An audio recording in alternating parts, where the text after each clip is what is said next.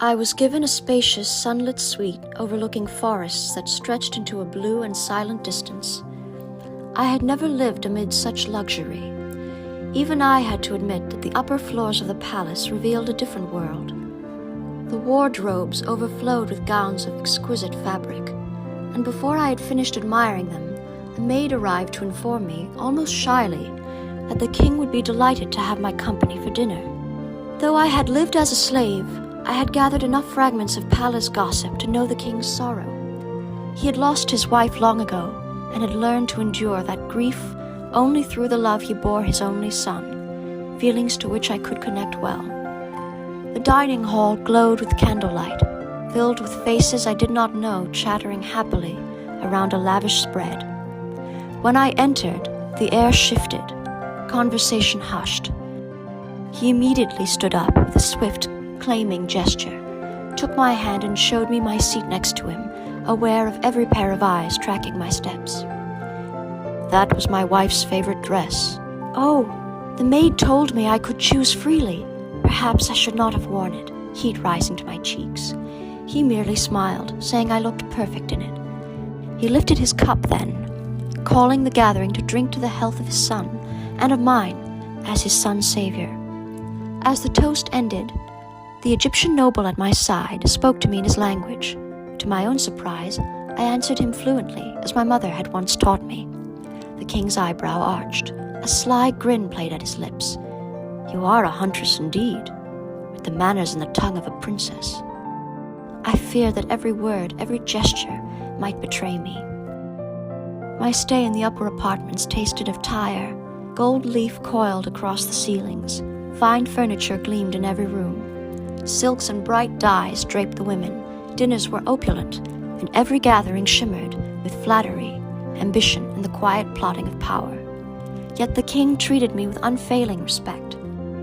Minos now had a nanny devoted solely to him, and during his 3rd birthday celebration, he was given a pony as a gift to ride beside Prince Samuel, along with a small javelin of his own. Samuel adored the company of Minos and the king. Well, the king seemed equally fond of my company. But whenever he probed, gently, persistently, into my past, I wrapped myself in silence and offered him no more than polite evasions. With Minos so well cared for, I returned to riding, javelin throwing, and to the exercises that quieted my mind. In the time we spent walking side by side, I discovered a respectful, intelligent, and knowledgeable man, graceful in manner, and at the same time confident in himself. As we grew more familiar, he entrusted me with his thoughts, and though I knew I should have prepared to leave, some part of me wished for more time with him. He never pressed, never demanded. He simply cherished every moment at my side. One morning I caught myself preparing for him with a zeal that startled him. His eyes, I realized, no longer looked at me with simple curiosity, but with a measured, considered interest. I decided to test my power on him, so I urged him gently to abolish slavery in his lands, to become the ruler his people needed, and grant them the dignity of working for their own livelihood. I told him that his realm could become the first beacon of freedom in the known world. He was taken aback, but the next morning he gave a reply of his own. He would do as I advised, he said, if I remained by his side to guide him. He was clever, and he was in love. We met in the forest the first time our love overcame us. Since my time with the nymphs, the forests had awakened something bold and confident in me, even a little seductive.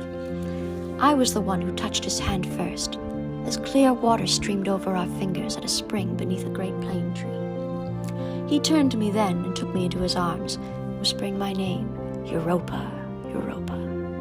His voice trembled with devotion. He kissed me with the fervor of a man, newly freed from vows that had bound him too tightly, too strong. My heart trembled as though rediscovering a passion I had believed forever lost.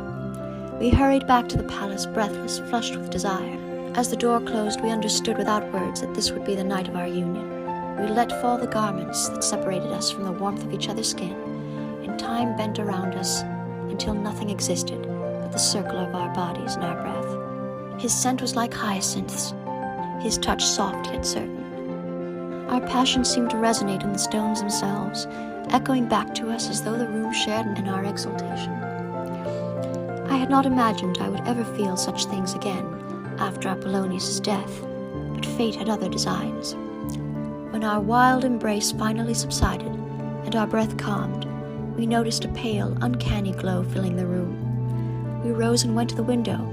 Outside, the heavens were ablaze, stars falling in torrents across the dark firmament, as though a million lights had torn the night sky open. We watched until the brilliance faded and found ourselves silently thanking the gods for the signs they had woven into our path.